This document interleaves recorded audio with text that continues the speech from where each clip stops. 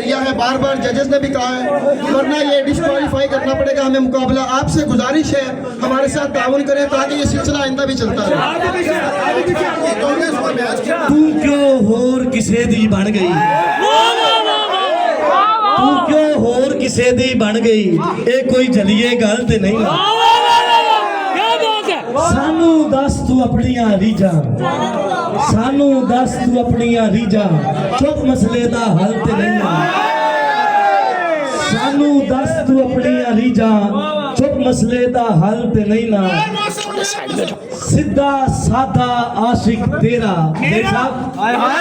सीधा साधा आशिक तेरा, मैनू आंदे वल ते नहीं ना, आंदे वल ते नहीं ना। रब दा लेख सूरत तेरी, रब दा लेख सूरत तेरी, मुकरण वाली गल ते नहीं है।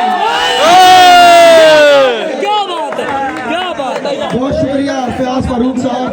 आज के हमारे पंजाबी गजल के आखिरी जो पार्टिसिपेंट मोहतरम अदील असलम